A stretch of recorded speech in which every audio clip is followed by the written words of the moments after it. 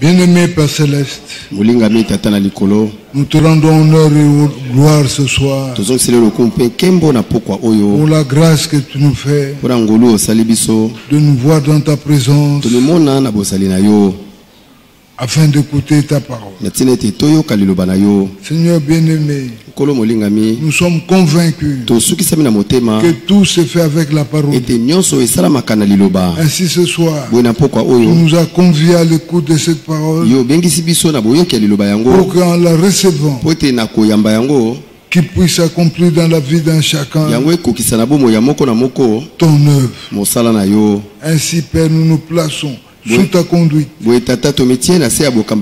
te demandons, Seigneur, de pouvoir accorder à tout un chacun un entendement correct, que nous arrivions à écouter comme écouter le disciple. Dieu notre Père, par ta parole tu agis. L'Écriture dit que la parole de Dieu est agissante dans le cœur qui croit. Seigneur, nous croyons que la foi est un cadeau. C'est un don que tu nous as fait. Ainsi, Père, dispose nos cœurs à l'écoute de ta parole, afin que cette dernière, lorsqu'elle sortira, qu'elle rencontre en chacun la foi. Laquelle foi va nous donner à traduire ces paroles en acte, afin qu'en nous puisse accomplir ton œuvre. Comment se termine avec nous? Viens au secours des faibles et des forts. Agis selon ta grâce et conduis-nous pour la gloire du nom de Jésus. Bénis ton serviteur. Mets en lui tes paroles. Ouvre-le de l'ombre de ta droite. Utilise-les, accompagne-les dans la prédication, afin que cette écriture qui dit que je rassasierai mes serviteurs de ta parole, de ma parole, j'engraisserai l'âme de mes sacrificateurs, afin que mon peuple se réjouisse de mes mains succulentes. Père, accomplis cette parole pour la gloire du nom de Jésus. Nous sommes là pour écouter. Seigneur, ouvre l'oreille, l'entendement de chacun, et donne-nous la parole qu'il nous faut, pour que nous écoutions de choses merveilleuses. Agis dans la vie d'un serviteur pour la gloire du nom de Jésus, dans lequel nous t'avons ainsi prié. Amen. Nous nous asseyons. Nous appelons le frère Michel.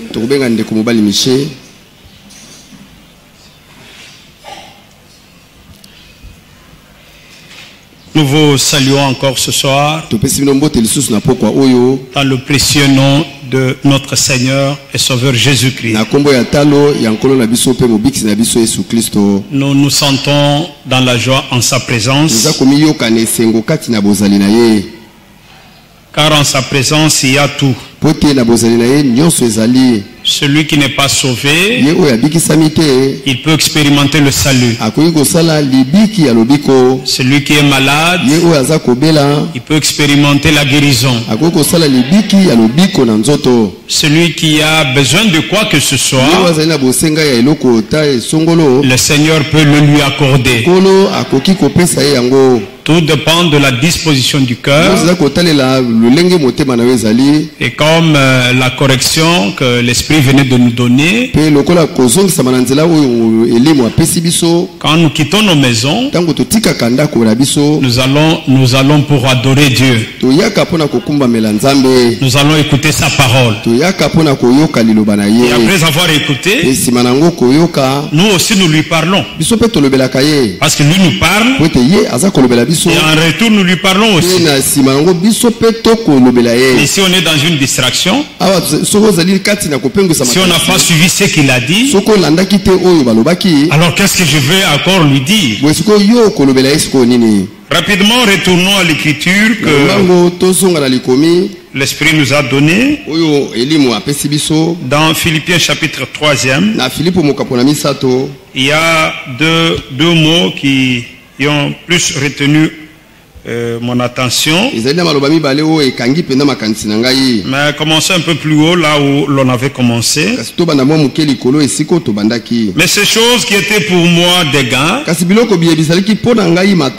je les ai regardées comme une perte à cause de Christ. Il faut que nous tous nous arrivions à cela. Que nous ne voyons rien de ce monde qui dépasse la révélation que nous avons en Jésus. C'est pourquoi Romains 8 dit: qu'est-ce qui me séparera? Qu'est-ce qui me séparera de l'amour que j'ai de Dieu en Christ? Beaucoup de choses ont été citées là-bas, et rien de tout ça ne peut nous séparer. Alors il dit au verset 9, 8, et même je regarde toutes choses comme une perte à cause de l'excellence de la connaissance de Jésus-Christ mon Seigneur, pour lequel j'ai renoncé à tout, et je le regarde comme de la boue afin de gagner Christ. Et Dieu nous aide à expérimenter ces choses. Que Dieu nous élève dans cette dimension, une dimension de foi qui fait que tout ce qui est de ce monde, de cette terre, nous voyons cela comme une perte, comme de la boue, et d'être trouvé en lui, non avec ma justice, celle qui vient de la loi, mais avec celle qui s'obtient par la foi en Christ. La justice qui vient de Dieu par la foi. Le premier mot, c'est la foi là, que j'ai retenu. La foi en Christ. C'est parce que nous avons foi en Christ que nous venons ici. Amen. Maintenant il dit au verset 10, afin de connaître Christ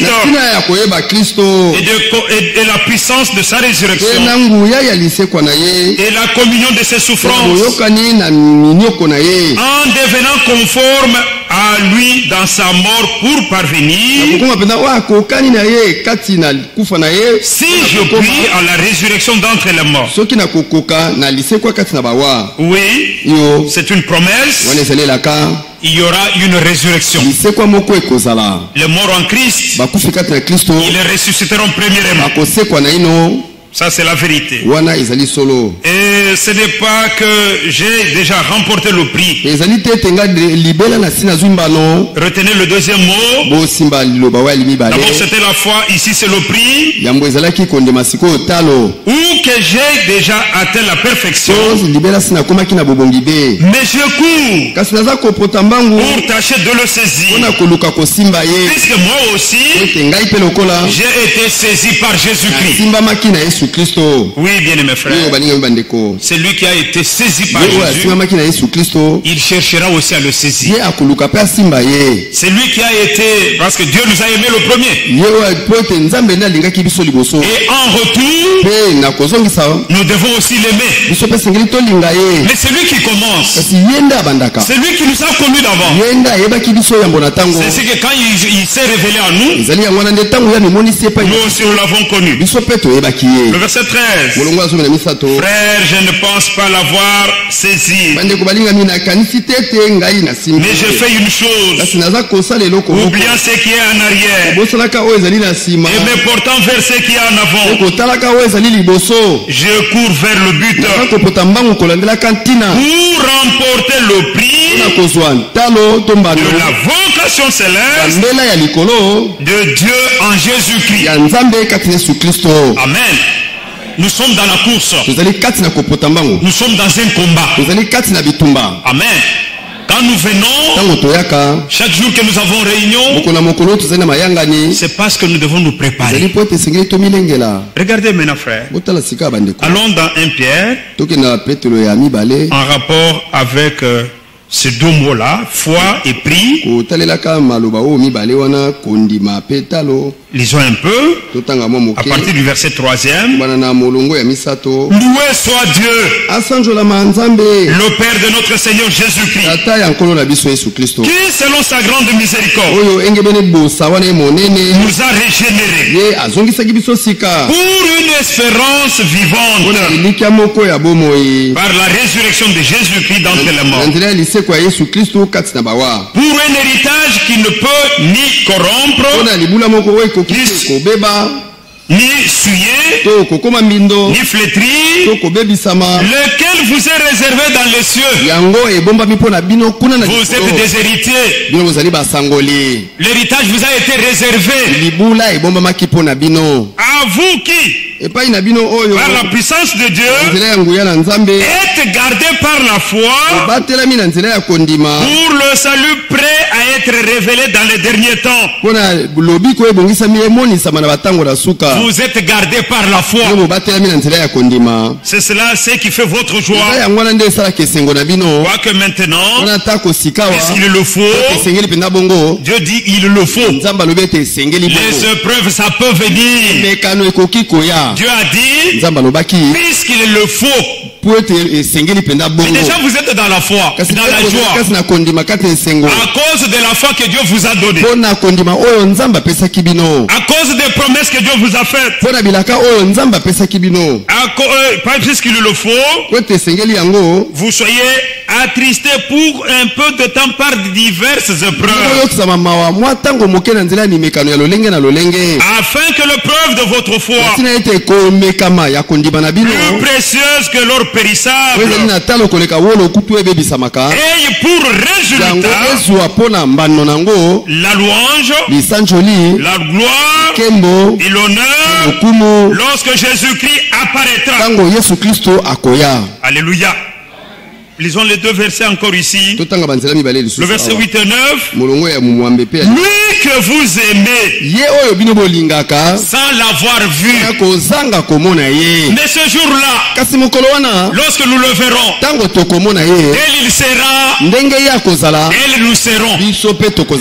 Dans la foi, nous l'aimons. Nous ne l'avons pas encore vu. Bien mes frères, au milieu de nous ici, parce que la Bible dit, nous ne mourrons pas tous. Au milieu de nous, il y aura des gens qui iront de la foi à la vue.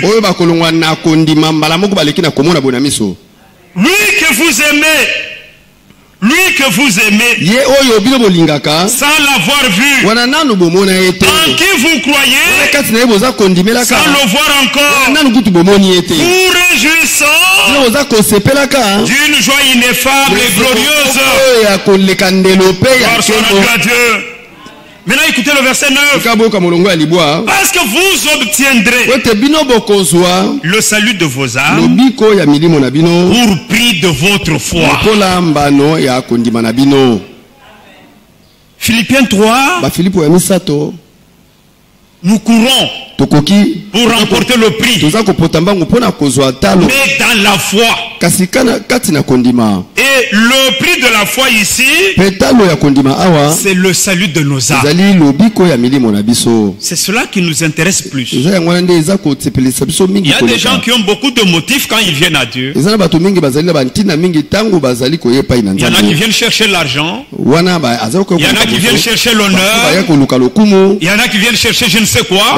Mais un véritable enfant de Dieu, il court dans le but d'avoir le salut de son âme. C'est quoi la Bible dit? Premièrement, cherchons le royaume et sa justice. Le reste des choses, je vous donnerai par surcroît. Parce qu'il est question de la foi, frère. La foi véritable vient de ce qu'on entend de la parole de Christ. La foi véritable, elle est dans les promesses de Dieu. Regardez, Genèse 12. Dieu appelle Abraham. Il lui dit ceci. Commençons à partir du premier verset. L'Éternel dit à Abraham, va-t'en de ton pays, de ta patrie, et de la maison de ton père. Va dans le pays que je te montrerai. Avant même qu'il ne dise à Abraham ce qu'il devait faire, ou même, il ne lui a même pas donné de loi, mais il commence déjà à lui faire des promesses. Gloire à Dieu. Au verset 2, il lui dit, je ferai de toi une grande nation. Abraham, comme croyant, il n'avait qu'à dire Amen. Il ne pouvait pas dire, oh Seigneur, je dirai Amen lorsque j'aurai vu la grande nation. La foi ne raisonne pas. Nous allons le lire. C'est Hébreux 11. La foi est une ferme assurance des choses qu'on espère et une démonstration de celles qu'on ne voit pas encore. Oui, bien aimé frère, c'est ça la foi. Quand Dieu parle, tu crois que ce que mon Dieu a dit, c'est la vérité. Et ça doit arriver comme il l'a dit. Abraham n'a pas douté. Dieu lui dit, je ferai de toi une grande nation. Et je te bénirai. Je rendrai ton nom grand. Et tu seras une source de bénédiction. Partout là c'est oui. Amen. Oui, amen. Gloire à Dieu. Je bénirai ceux qui te béniront. Et je maudirai ceux qui te maudiront. Et toutes les familles de la terre seront bénies en toi. Écoutez la partie A du 4e verset. Abraham partit comme l'Éternel le lui avait dit. La foi ne raisonne pas. La foi, nous croyons ce que Dieu a dit. Et nous avançons. Romains 4, toujours Abraham. Vous savez, frère Abraham a donné beaucoup de prédications sur Abraham, mais touchant la foi. La foi d'Abraham. Beaucoup de prédications sur Abraham. Romains chapitre 4. Commençons à partir du verset 11. Abraham reçut le signe de la circoncision comme sceau de la justice qu'il avait obtenu par la foi quand il était incirconcis, afin d'être le père de tous les incirconcis qui croient. Nous sommes des incirconcis mais qui croient, pour que la justice leur fût aussi imputée. Oui, mes frères, quand Dieu nous regarde dans la vraie foi, il nous voit déjà juste. Ça, c'est la vérité. Et le père des incirconcis, qui ne sont pas seulement circoncis, mais encore, qui marchent sur les traces de la foi de notre père Abraham quand il était incirconcis. Nous devons marcher sur les traces d'Abraham dans la foi. En effet, ce n'est pas par la loi que l'héritage du monde a été promis à Abraham ou à sa postérité. ou à sa postérité. C'est par la justice de la foi. Car si les héritiers le sont par la loi, la foi est vaine. Et la promesse est anéantie. Amen. Parce que la loi produit la colère. Il y a des frères qui disent 50-50. Oh, 50-50. 50 lois, 50 grâces. Oh, 50 lois, 50 foi. Non, nous c'est la foi. Pas 50 de lois, non. Ici la Bible dit, la loi produit la colère. Mais la loi elle est sainte. S'il n'y avait pas de loi, on n'aurait pas connu la transgression. Ça c'est la vérité. Bien mes frères, c'est par la grâce que nous sommes sauvés, au moyen de la foi. Aujourd'hui c'est le temps de grâce. Alors il dit, et la grâce, afin que la grâce soit assurée à la postérité. Le verset 16 déjà. Le verset 15, ça on l'a déjà cité, parce que la loi produit la colère, et que là où il n'y a point de loi, il n'y a point non plus de transgression. C'est pourquoi les héritiers le sont par la foi, ou que ce soit par grâce, afin que la promesse soit assurée à toute la postérité, non seulement à celle qui est sous la loi, mais aussi à celle qui a la foi d'Abraham. Notre Père à tous, selon qu'il est écrit, j'étais établi Père d'un grand nombre de nations. Il est notre Père devant celui auquel il a cru. Oui, bien aimé frère, il est notre Père parce qu'il avait la foi. Nous sommes fils d'Abraham par la foi. Nous ne croyons pas à Abraham l'hébreu. Nous croyons, nous considérons Abraham le croyant. C'est ce qui fait de nous des enfants de Dieu. Regardez la foi, frère. Dans Hébreux 11 qu'on avait même déjà cité, le premier verset, la foi est une ferme assurance des choses qu'on espère, une démonstration de celles qu'on ne voit pas. Pour l'avoir possédé, les anciens ont obtenu un témoignage favorable. De même aujourd'hui, quand nous avons la véritable foi, quand Dieu nous regarde, il rend de nous un véritable témoignage. Oui, parce que Jésus-Christ, il est le même. Ce qu'il a fait hier, c'est ce qu'il fait encore aujourd'hui. Dieu ne change pas. En lui, il n'y a même pas une ombre de variation. De la même manière qu'il a traité ceux d'autrefois, quand il te voit encore dans la foi, il te traite de la même manière. Il rend témoignage. Ne vous sous-estimez pas. Amen. Ne vous sous-estimez pas. Quand on parle de Noé, non, Noé est plus grand que moi. On parle de Noé, et Noé quand il était enlevé, toi aussi tu seras enlevé. Mais c'est la même chose, frère.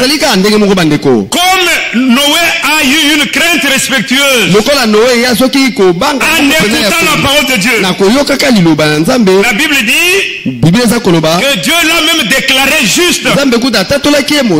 D'abord Abel, Dieu l'a déclaré juste par la foi. Il a offert un sacrifice différent de celui de Caïn. Mais qui l'avait aidé? Mais c'était Dieu. Toi aussi, qui t'aide? Mais c'est Dieu. Pourquoi les autres sont là où ils sont là? Mais pourquoi le Seigneur t'a ouvert les yeux? Pour que tu vois. C'est parce qu'il a un but qu'il poursuit avec toi. Soyons heureux, frères. Soyons dans la joie. Si Dieu est pour nous, si Dieu est pour nous, qui sera contre nous? Que l'épouse le dise. Amen. Poursuivons, frère. Regardez. Pour Abel, le verset 4. À cause de la foi, on l'a déclaré juste. Enoch, à cause de la foi, il a été enlevé. Nous avons des justes ici. Nous avons des justes. Vous êtes là, vous êtes des justes. Juste, réjouissez-vous. Il y a des gens ici, comme Enoch, ils seront enlevés. C'est la vérité, frère. Oh là là. Regardez. On peut encore prendre un autre ici. Abraham, bon, d'abord Noé ici. Verset 7. Noé divinement averti des choses qu'il ne voyait pas encore. Saisi d'une crainte respectueuse, construisit une arche pour sauver sa famille. C'est par elle qu'il condamna le monde et devint héritier de la justice qui s'obtient par la foi. Nous avons lu que nous avons un héritage qui nous est réservé. Lui aussi était héritier. Nous aussi, nous sommes aussi des héritiers. Nous avons un héritage qui nous est déjà réservé. Frère, Dieu pèse les mots quand il les dit. Dieu ne parlote pas. Quand il dit je vous ai réservé. Regardez. Chez vous ici, c'est plus les avions. Hein? Vous pouvez être dans une place VIP, dans l'avion. Si tu as le billet VIP, personne n'ira prendre ta place. Les autres viendront, ils seront seulement dans le pourtour là-bas. Même si tu es encore en retard au bas là, à la passerelle là, on va t'attendre. Gloire à Dieu. Sur le train, il y a des classes. Hein? Troisième classe, deuxième classe, première classe. Mais il y a encore première de luxe. Si tu as un ticket, un billet, première de luxe. Ceux qui s'embrouillent, ce sont les gens de troisième classe. Dès que le train entre en gare, il se précipite parce qu'il doit lutter, il n'a pas de place. Il doit lutter pour avoir la place. Mais c'est lui qui est en première. Sa place est réservée. Lui, il n'a même pas, non, il n'a pas de problème. Il vient seulement avec son ticket. Il cherche seulement là où l'on a indiqué son compartiment. Et tout est là. Dieu dit, il vous a réservé. Soyez dans la joie. Il nous a réservé un héritage. Pas sur la terre, dans les cieux. Amen. Bien mes frères, on a beaucoup parlé d'Abraham et des autres. Mais sautons maintenant. Allons dans la foi. Découvrons encore certaines choses aussi. Le verset maintenant, le verset 36. Toujours d'Hébreux 11. D'autres subirent les moqueries. Il y a des frères qui ne supportent pas. Et quelqu'un se moque de lui. Mais dans la foi, il faut supporter. Est-ce qu'on peut dire amen? Il faut encore supporter. Qu'on se moque encore de vous. À cause de Jésus-Christ. À cause de la foi en Jésus-Christ. Oui, c'est ce qu'il est dit là. D'autres subirent les moqueries et le fouet et les chaînes et la prison. Bientôt là, l'épouse passera par la persécution. Bien mes frères, c'est pourquoi aujourd'hui nous devons beaucoup emmagasiner. Nous devons beaucoup manger. Parce qu'on ne sait pas. Parce que l'épouse, elle ne passera pas la grande tribulation. Mais la persécution, oui. C'est en ce temps-là. Si tu n'es pas bien posé, tu risques même de renier à la foi. Nos aînés ont subi des moqueries, le fouet, la prison. Amen. Ils furent lapidés, sciés, torturés. Ils moururent tués par l'épée. Ils allèrent ça et là, vêtus de peau de brebis, de peau de chèvre, dénués de tout, persécutés, maltraités. Oh là là. Tout ça dans la foi. Ils ne souffraient pas parce qu'ils étaient des malfaiteurs, mais à cause de l'excellence de la connaissance de Christ. Même les femmes, on pouvait les éventrer comme ça, on sort les enfants. On dit, est-ce que tu peux renier la foi? Non. Moi je veux aller avec Jésus jusqu'à la fin. Celui qui persévérera jusqu'à la fin, il sera couronné. Ça c'est vrai. Maintenant écoutez frère. Et dont le monde n'était pas digne. Amen. Si quelqu'un trouve que il se contente encore du monde, non, nos aînés, le monde ne leur était pas digne. Errant dans les déserts et les montagnes, dans les cavernes et dans les antres de la terre, tout cela à la fois desquels il a été rendu témoignage, n'ont pas obtenu ce qui leur était promis. Dieu, ayant vu quelque chose de meilleur pour nous, afin qu'il ne parvesse pas sans nous à la perfection. Dieu nous voyait aussi. Amen. Il fallait que eux et nous arrivions tous à l'achèvement, à la perfection. Bien aimés frères, le prix est là.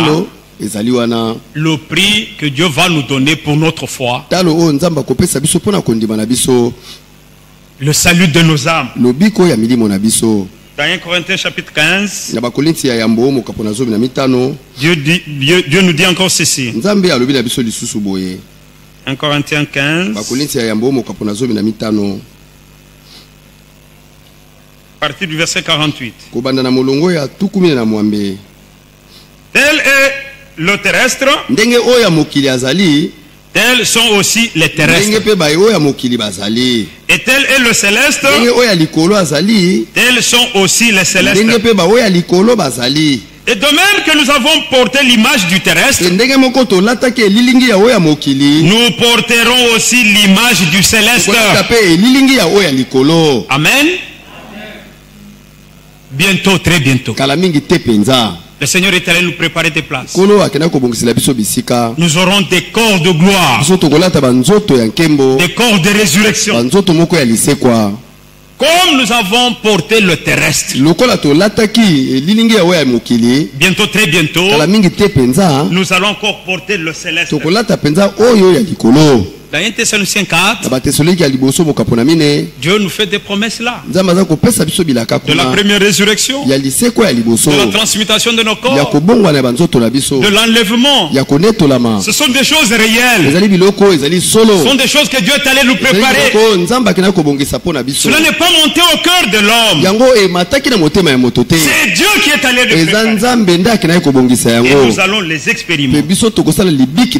C'est pourquoi dans Philippiens, il nous a été lu que nous courons vers le but. Nous voulons remporter ce prix. Oui, bien mes frères. Allons un peu dans 1 Corinthiens 9.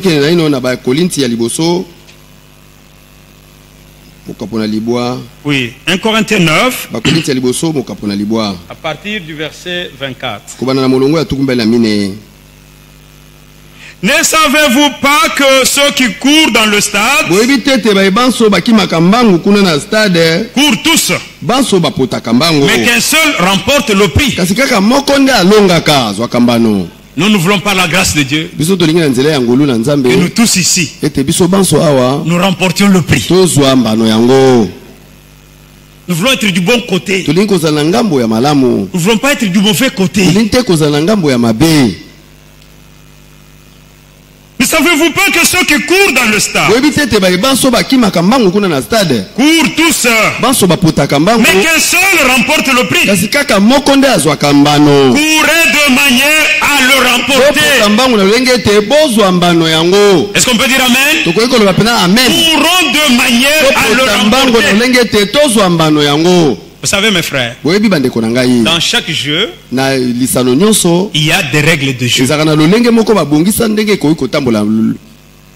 Il y a par exemple les jeux de cartes, de dames, le jeu de 6, le football, beaucoup de jeux là, le basket, beaucoup d'histoires là. Et dans chaque discipline, il y a des règles. Nous, dans la parole de Dieu, il y a aussi des règles. Nous devons courir d'après les règles. Retenez un peu, retenez. Allons dans Hébreux chapitre 8. Regardez, Dieu dit à Moïse, nous sommes dans Hébreux 8, à partir du verset, je crois, 5. C'est là. Il dit, verset 5,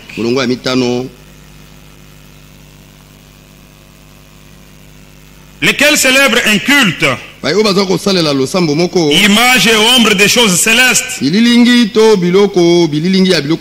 selon que Moïse en fut divinement averti lorsqu'il allait construire le tabernacle. Dieu l'a averti, Dieu lui a dit, ayez soin, lui fut-il dit, de faire tout d'après le modèle qui t'a été montré sur la montagne. Moïse ne pouvait pas faire quelque chose que Dieu ne lui avait pas demandé de faire. C'est seulement d'après le modèle que Moïse devait agir. Bien aimés frères, retournons maintenant dans 1 Corinthiens 9 là. Il dit, ne savez-vous pas que ceux qui courent dans le stade courent tous? C'est pourquoi vous voyez même dans les stades, dans le football, quand quelqu'un amène un anti-jeu, il y a des cartons, parfois il y a des expulsions. Parce que on veut que le jeu soit respecté. Ne savez-vous pas que ceux qui courent dans le stade courent tous, mais qu'un seul remporte le prix? Courez de manière à le remporter.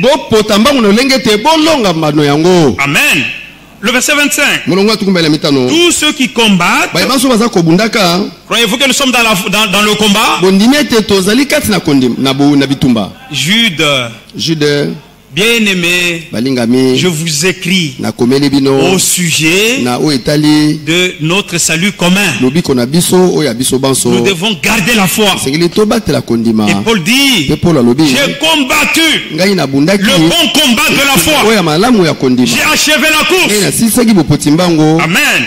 Maintenant regardez, il dit, tous ceux qui combattent s'imposent toute espèce d'abstinence.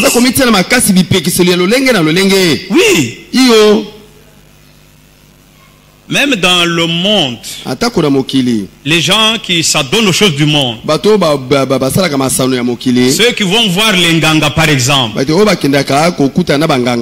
ils ont des choses qu'ils leur disent qu'ils doivent observer. Dieu dit, ceux qui combattent aussi pour remporter le prix, ils doivent avoir des abstinences. Amen. Et ceux-là, ils le font pour obtenir une couronne corruptible. Mais nous, faisons-le pour une couronne incorruptible. Oui, bien-aimés frères. Alors, il continue de dire, moi donc, je cours, non pas comme à l'aventure. Est-ce qu'on peut faire, on vient faire des aventures ici? Vous êtes déshonorable. L'honneur est pour vous qui croyez. Vous êtes déshonorable. Personne ne peut venir faire l'aventure ici. Ici, nous venons rencontrer Dieu. Oui, bien mes frères. Et nous nous préparons pour son prochain retour. Bientôt, très bientôt, il revient. Paul dit, moi je cours, non pas comme à l'aventure. Je frappe, non pas comme battant l'air. Mais je traite durement mon corps. Non, parce que c'est le corps qui fait beaucoup souffrir. C'est le corps qui tombe malade. C'est le corps qui a faim. C'est le corps qui cherche à s'habiller. C'est le corps qui cherche à manger. Mais la nourriture de l'âme, c'est la parole de Dieu. Vous allez voir quelqu'un qui se préoccupe plus pour la nourriture du corps. Mais s'il veut être un catholique pour naître à l'église que dimanche, il le fera. Mais la nourriture du mardi, du mercredi, de crefel de là, de jeudi, de samedi. Maintenant tu viens seulement dimanche. Frère Branham parlait de deux chants. Il dit je ne comprends rien. J'ai vu quelqu'un qui avait deux chants. Quand il nourrit un, il est fort. Il les oppose. Celui qui a mangé, il bat l'autre là. Maintenant il change. Il donne la nourriture à l'autre.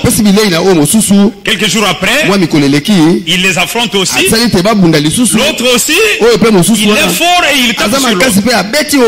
Maintenant il demande au propriétaire, qu'est-ce qui fait que quand tu nourris un, il est fort pour pouvoir battre l'autre? Il dit mais c'est normal. Parce que quand on mange, on a la force. Quand nous mangeons la parole, nous avons la force. Dieu a dit à Élie, mange. Mange. Nous devons manger. Nous devons manger. Gloire à Dieu. Je traite durement mon corps. Et je le tiens assujetti. Le corps ne doit pas nous pousser à nous. De peur d'être moi-même rejeté après avoir prêché aux autres. Vous voyez que même les prédicateurs ne sont pas épargnés. Nous tous, Dieu nous exhorte. Nous tous, Dieu nous parle. Tous, nous devons vivre la parole de Dieu. La parole n'est pas seulement pour le peuple, et nous sommes écartés. Nous tous, nous sommes concernés par la parole. Mes frères bien-aimés, ça c'est très important. Dans 2 Timothée, Parce qu'il est question de remporter le prix. Paul dit là que lui n'a pas fait des aventures. C'est de tout cœur qu'il est venu au Seigneur. C'est de tout cœur qu'il l'a servi. Écoutez ce qu'il nous dit ici. Dans 2 Timothée chapitre 4. Déjà nous le disions. Au verset 7. J'ai combattu le bon combat. J'ai achevé la course. J'ai gardé la foi. Amen. Désormais, la couronne de justice m'est réservée. Amen. Le Seigneur, le juste juge, me la donnera dans ce jour-là. Et non seulement à moi, mais encore à tous ceux qui auront aimé son avènement. Aimez-vous son avènement? La couronne vous est aussi réservée. Il y a 3 choses. Pas seulement aimer.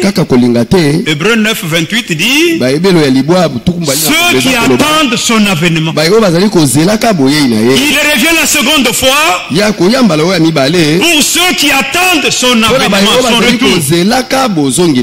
Amen. Ça c'est la deuxième chose. Il y a ceux qui aiment. Nous devons aimer son avènement. Nous devons attendre son avènement. Mais Matthieu 25 dit nous devons ainsi être prêts pour son avènement. Si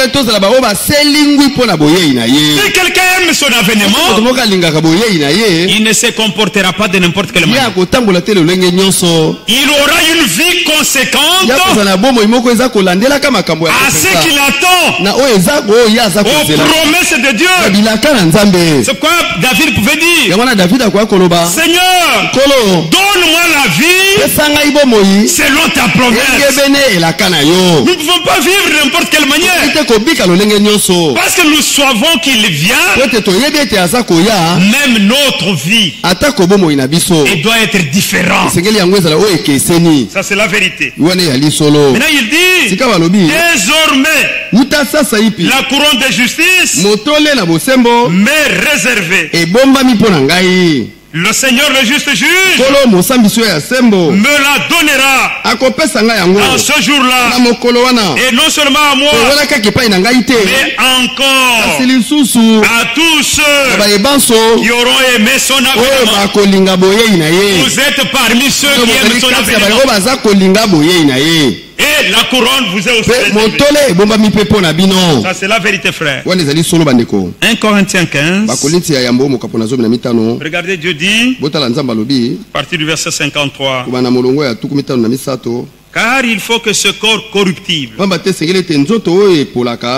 revête l'incorruptibilité et que ce corps mortel revête l'immortalité.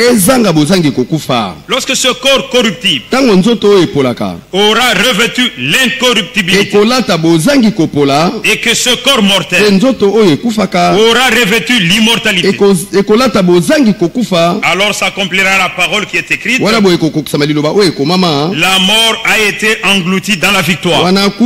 La victoire de Golgotha, c'est notre victoire. Oui, mes frères. Oh mort, où est ta victoire? Oh mort, où est ton aiguillon? L'aiguillon de la mort, c'est le péché. Et la puissance du péché, c'est la loi. Mais grâce soit rendue à Dieu, il nous donne la victoire par notre Seigneur Jésus-Christ. Notre victoire, Dieu nous l'a donné en Jésus-Christ. Ainsi, mes frères bien-aimés, êtes-vous bien-aimés du Seigneur? Ainsi, mes frères bien-aimés, soyez fermes, inébranlables, travaillant de mieux en mieux à l'œuvre du Seigneur, sachant que votre travail ne sera pas vain dans le Seigneur. Il y a un prix pour votre foi. C'est le salut de vos âmes. Pierre a demandé une fois au Seigneur. Il dit: Seigneur, Pour nous qui avons tout laissé. Nous avons laissé nos champs. Nous avons laissé nos parents. Nous avons laissé nos familles. Nous sommes là, nous te suivons. Partout où tu vas, nous t'accompagnons. Qu'est-ce qu'on va aussi recevoir? Le Seigneur dit, c'est lui qui a laissé ses frères à cause de moi. À cause de moi. Il les aura au centuple. Est-ce que cette parole n'est pas accomplie? Voilà beaucoup de frères qui marchent. Amen. On peut traîner dans une famille de 8 personnes, mais vous vous retrouvez avec des milliers, des millions de frères. Gloire soit rendue à Dieu. Nous irons au ciel parce que nous sommes des frères. Et Jésus-Christ, il est le premier-né entre les frères. Nous appartenons à l'assemblée des premiers-nés. Bien-aimés frères, Jésus-Christ, premier-né. Nous aussi, assemblée de premiers-nés. Quel privilège, quelle grâce. Il dit, ainsi mes frères bien-aimés. D'abord, Pierre, le Seigneur dit encore à Pierre, celui qui a laissé le champ, il en aura encore dans ce monde ici. Mais à la fin de tout, vous aurez la vie éternelle. Vie éternelle, c'est-à-dire une vie qui n'a ni commencement ni fin. Regardez parfois comment nous souffrons dans cette vie ici. La Bible dit, les robustes, ils vont jusqu'à 70, 80 ans. Nous en avons qui vont jusqu'à 90 ans. Mais Dieu a déjà dit, dans Jean 14, l'homme né de la femme, sa vie est courte. Vous dire amen? Tout homme né de la femme, c'est-à-dire par l'homme et la femme, sa vie est courte et sans cesse agitée. Amen. Tu peux aller, tu arrives à 50 ans, le problème commence. Aujourd'hui c'est la tête, demain c'est le dos, le surlendemain c'est la jambe. Voilà, sans cesse agité. Tantôt c'est l'argent, tantôt c'est ceci, tantôt c'est cela, sans cesse agité. Je veux voir quelqu'un qui s'agite là. Quand il est malade. Non, je ne veux pas mourir. Il s'agite. Maintenant, Dieu peut faire qu'il atteigne même 90 ans. Ou même 100 ans. Maintenant, quand il arrive à 100 ans, les yeux ne voient pas. Les oreilles n'entendent pas. Jusque-là, il n'a même pas fait un jour devant Dieu. Parce que pour Dieu, 1000 ans vaut un jour. Mais regardez, pour Adam lui est allé jusqu'à 930 ans. 930 ans. Il est allé comme ça. Mais nous, à 100 ans, tu ne sais pas encore marcher. Les yeux ne sont pas là. D'autres même, il n'y a pas dedans. On commence à manger les ndongo là. Maintenant, c'est difficile. Il n'entend rien, il devient inutile. Imaginez-vous un homme comme ça. Dieu vient lui dire, je veux encore t'ajouter 20 ans. Est-ce qu'il peut accepter? Il dit non, Seigneur. D'ailleurs, moi j'ai pris que tu me retires. Je suis inutile. Qu'est-ce que ça fait? Regardez, c'est ça la vie. La vie humaine. Mais la vie éternelle, nous sommes dans une jeunesse. Et nous vivons éternellement avec le Seigneur. Bien mes frères, qu'est-ce qui peut me pousser à abandonner le Seigneur? Lui qui est la vie éternelle, pour aller à des choses de néant. Même si ça peut me procurer l'argent. Et l'écriture dit, à quoi servirait-il à un homme de gagner le monde entier s'il perdait son âme? Oh, Philippiens 3. Le prix de la vocation, de notre vocation céleste en Christ. Nous devons avoir la vie éternelle, la récompense que Dieu nous a réservée. Oh mes frères bien-aimés, regardez, Dieu nous exhorte ici. Il dit, soyez fermes, inébranlables, travaillant de mieux en mieux à l'œuvre du Seigneur, sachant que votre travail dans le Seigneur n'est pas vain. Le croyez-vous? Votre travail n'est pas vain. Même quand vous venez ici, chaque jour pour écouter la parole. Il y a un frère qui disait, les gens qui s'absentent là, ils ne veulent pas venir là aux réunions. Si Dieu fait que on se retrouve avec eux au ciel, ils peuvent dire, tu vois, toi tu allais chaque jour, et moi je venais peut-être seulement dimanche. Et voilà que nous sommes tous là. Non, non, non, non. Non. Dieu dit, n'abandonnez pas votre assemblée. Frère Franck expliquait ça, il disait, ne manquez pas une seule réunion. Et c'est compliqué, c'est dur. Hein?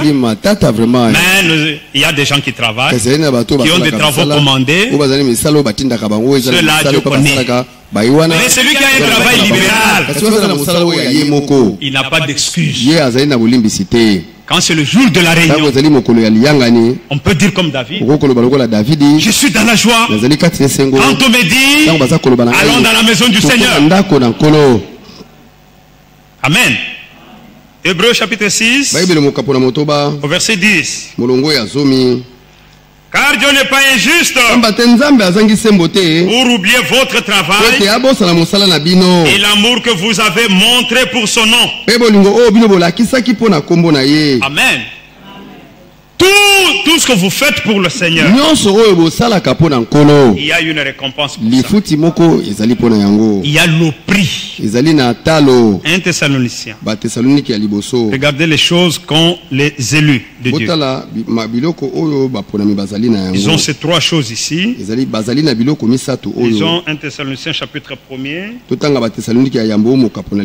À partir du verset 2e. Nous rendons continuellement grâce à Dieu pour vous tous, faisant mention de vous dans nos prières, nous rappelant sans cesse l'œuvre de votre foi. Amen. L'œuvre de notre foi, le travail de votre amour et la fermeté de votre espérance en notre Seigneur Jésus-Christ devant Dieu notre Père. Ces trois choses-là, la foi, l'amour, l'espérance, quand quelqu'un vient vous dire Jésus est déjà revenu, mais il vous enlève seulement de l'espérance. Or la Bible dit, l'espérance ne trompe point. L'amour de Dieu a été répandu dans nos cœurs par le Saint-Esprit. Et nous espérons, nous avons foi que ce que Dieu a promis, il va l'accomplir. Alors, quand les trois choses sont réunies, Dieu dit au verset 4, nous savons, frères bien-aimés de Dieu, que vous avez été élus. Amen. L'élu, il a ces choses. Il a la véritable foi. Il a l'amour. Il aime la parole de Dieu. Il aime Dieu. Il aime les enfants de Dieu. Il aime tout ce qui est de Dieu. Même les serviteurs de Dieu. Il les aime. Il espère dans les promesses de Dieu. Bien mes frères, dans Apocalypse chapitre 22e, Dieu nous dit ceci, à partir même du verset 10, il est dit, oui, il me dit, ne scelle point les paroles de la prophétie de ce livre, car le temps est proche. Croyez-vous que le temps est proche? Que celui qui est injuste soit encore injuste. Nous avons lu, comme on l'a dit d'Abel, il était juste. Nous ne sommes pas des injustes. S'il y a encore un qui soit injuste, le temps est encore là. Qu'il vienne au Seigneur. Que celui qui est souillé, c'est souillé encore. Non, non, Dieu nous a sortis des souillures, des abominations. Et que le juste pratique encore la justice. Et que celui qui est saint se sanctifie encore. Le verset 12. Voici, je viens bientôt. Croyez-vous qu'il vient bientôt? Et ma rétribution est avec moi, pour rendre à chacun selon ce qu'est son œuvre. Oui, bien aimé frère, le Seigneur a une rétribution. Il vient bientôt. Nous devons courir de façon à remporter. Et le prix, c'est le salut de nos âmes. La récompense qu'il nous donne, la transmutation de corps, la première résurrection, la nouvelle Jérusalem. Nous serons à table avec le Seigneur, avec Abraham, tous les saints de l'Ancien Testament qui s'étaient reposés dans l'attente de voir le Seigneur. Et tous les saints dans le Nouveau Testament, nous serons ensemble. Maintenant regardez, Dieu dit, je viens bientôt et ma rétribution est avec moi, pour rendre à chacun selon ce qu'est son œuvre. Je suis l'alpha et l'oméga, le premier et le dernier, le commencement et la fin. Lui qui a commencé, il achèvera. Paul pouvait dire, je suis persuadé que celui qui a commencé en vous, qu'un homme ne commence pas. Toi-même ne commence pas. Qu'un serviteur ne commence pas l'œuvre en toi. Parce que s'il commence, il ne sera pas achevé. Nous voulons un qui commence et qui achève. Celui-là, il est alpha, il est oméga. C'est le Seigneur Jésus-Christ. Lui, quand il commence, il doit achever. Bien mes frères, Dieu n'agit pas comme les hommes. S'il t'a sauvé, il t'a sauvé. Il ne peut pas te sauver aujourd'hui. Demain il te perd. Le lendemain il te resauve. Et après 2 semaines il te repère. Non. Quand Dieu déclare que tu es sauvé, tu l'es. Quand il te donne le Saint-Esprit, c'est jusqu'au jour de la rédemption. Ça c'est la vérité, frère. Notre Dieu agit de cette manière. Il connaît les siens avant même la fondation du monde. Ça c'est la vérité. Paul dit, je suis persuadé, nous l'avons déjà dit. Maintenant au verset, dans Apocalypse 22 que nous lisions, heureux ceux qui lavent leur robe. Êtes-vous heureux? Lavez-vous vos robes? Oui, nous venons chaque jour pour laver nos robes. Oui, nous venons parce que nous devons avoir des belles robes. Le fin lin. Ce sont les œuvres justes des saints. Voilà ce que nous voulons porter. Les véritables, les bonnes œuvres. Ephésiens 2:10 dit: nous sommes son ouvrage et les bonnes œuvres lui-même les a placées pour que nous puissions les pratiquer. Amen. C'est lui qui avait placé ça. Dieu ne peut pas nous pousser aux mauvaises œuvres, mais aux bonnes œuvres.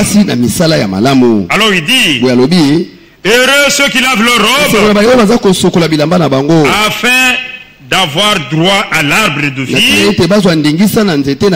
et d'entrer par les portes dans la ville. Dehors les chiens, les enchanteurs, les impudiques, les meurtriers, les idolâtres, et quiconque aime et pratique le mensonge.